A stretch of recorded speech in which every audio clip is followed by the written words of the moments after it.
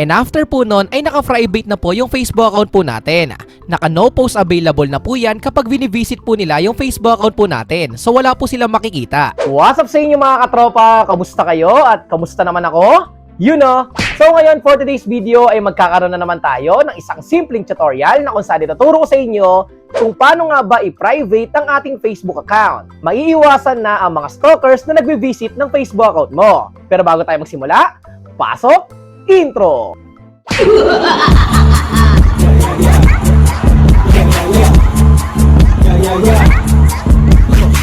Kung hindi pa nga po available sa inyo ang pag-lock ng Facebook profile, ay pwede po nating i-private ang ating Facebook account. Ang kagandahan pa sa pag-private ay masesecure po natin ang ating Facebook account. At kung ready ka na, punta na tayo sa tutorial. Let's go! Kung sakali man po na hindi pa po available sa iyo ang pag-lock ng Facebook profile, ay pwede naman po natin i-private yung Facebook account po natin. Ang kagandahan kapag naka-private po yung Facebook account natin ay makakaiwas po tayo sa mga stalkers or sa mga tao na nagvi-visit ng Facebook account natin na hindi naman po natin kilala. And also, mas masesecure po natin yung Facebook account po natin. At ang unang step na kailangan natin gawin ay kailangan po natin pumunta sa Google Play Store. At dito naman po sa may Google Play Store ay i-search lang po natin yung Facebook application at i-update po natin yan.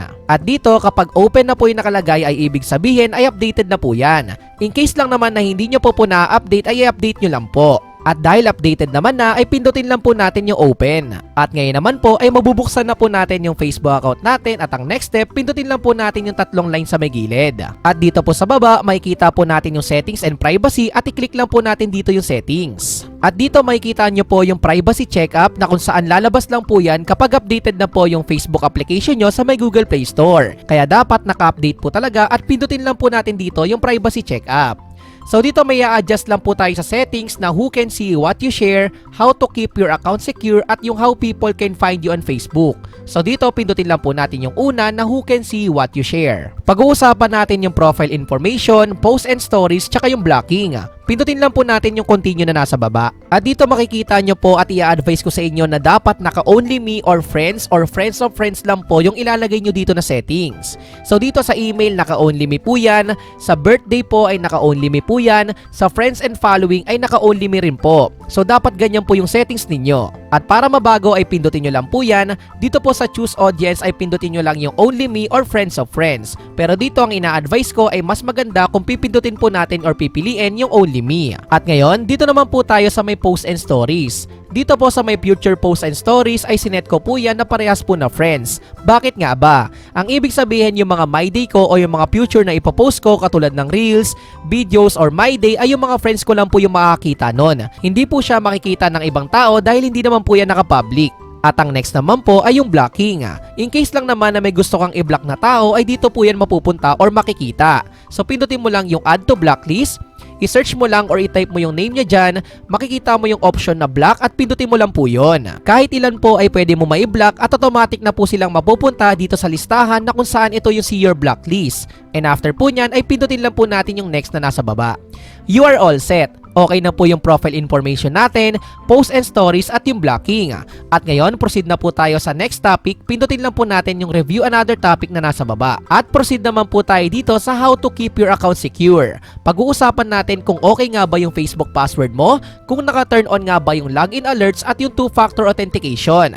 At kapag okay na, pindutin lang po natin yung review na nasa baba. Is your password private? So dito, in case lang naman na sa tingin mo madaling mahulaan yung Facebook password mo at may ibang tao na nakakaalam nun ay pwede mo pong baguhin. Pindutin lang po natin yung change password na kung saan ilalagay po natin yung current password natin at magsiset po tayo ng new password. Pero kung sa tingin mong okay naman ay pindutin mo lang po yung skip na nasa baba.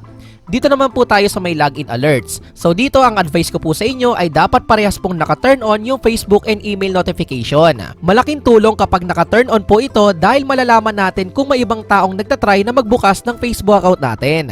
Makikita nyo po dyan sa screen nyo yung example ng email and Facebook notification kapag may nagtatry na mag-login ng Facebook account natin. Again, kaya ang advice ko po sa inyo ay parehas po nating i-turn on yung Facebook and email notification. And after po nyan, punta na po tayo dito sa next na two-factor authentication. At para makapag-turn on or makapaglagay po tayo ng two-factor authentication ay pindutin lang po natin yung get started na nasa baba. Actually, marami pong pagpipilian dito na authentication app. text message or SMS at yung security key. So dito ang advice ko lang sa inyo sa ngayon, katulad ng ginagamit ko, ay yung pinili ko po yung text message.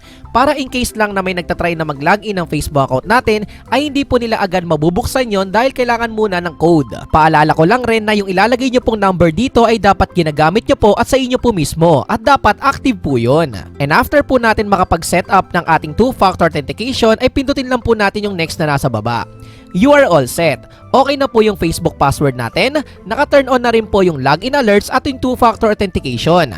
Pindutin lang po natin yung nasa baba na review another topic. After po nyan, ay proceed na po tayo dito sa third topic natin na how people can find you on Facebook. May babaguhin po tayo sa friend request, phone number and email at search engine. Pindutin lang po natin yung continue.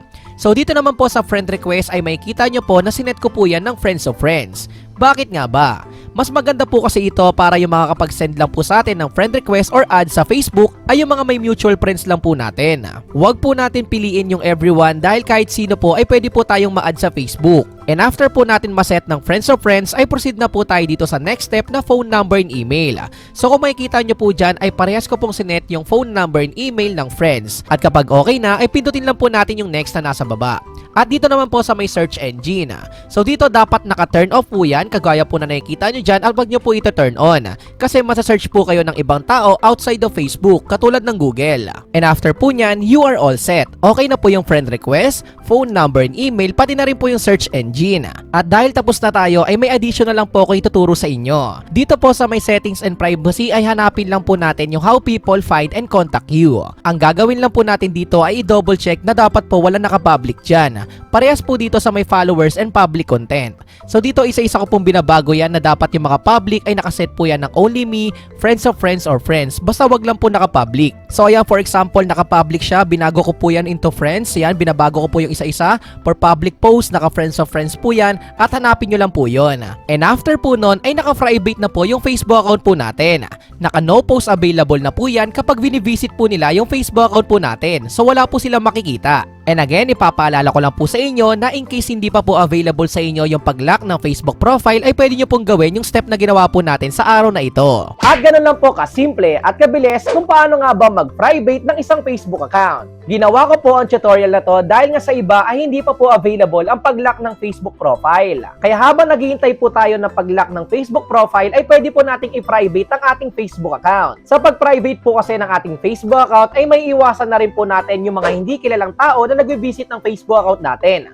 Lalong-lalo na yung mga stalkers. At ayun lang po yung simpleng tutorial natin sa araw na to at sana meron pong bago natutunan. At kung ikaw ay may clarification, suggestions, or questions, ay pwede mo yung i-comment dyan sa may comment section sa baba. And also, pwede mo ring i-like and follow yung Facebook account ko na makikita mo dito. At syempre, kung bago ka lang napadaan ka dito sa YouTube channel ko, ay welcome na welcome ka. Pwede ka mag-subscribe at pinutin ang may wagang notification bell para sure at 100% sure na updated ka sa mga future uploads ko. You know, peace out, like, comment, and subscribe. Peace! One love!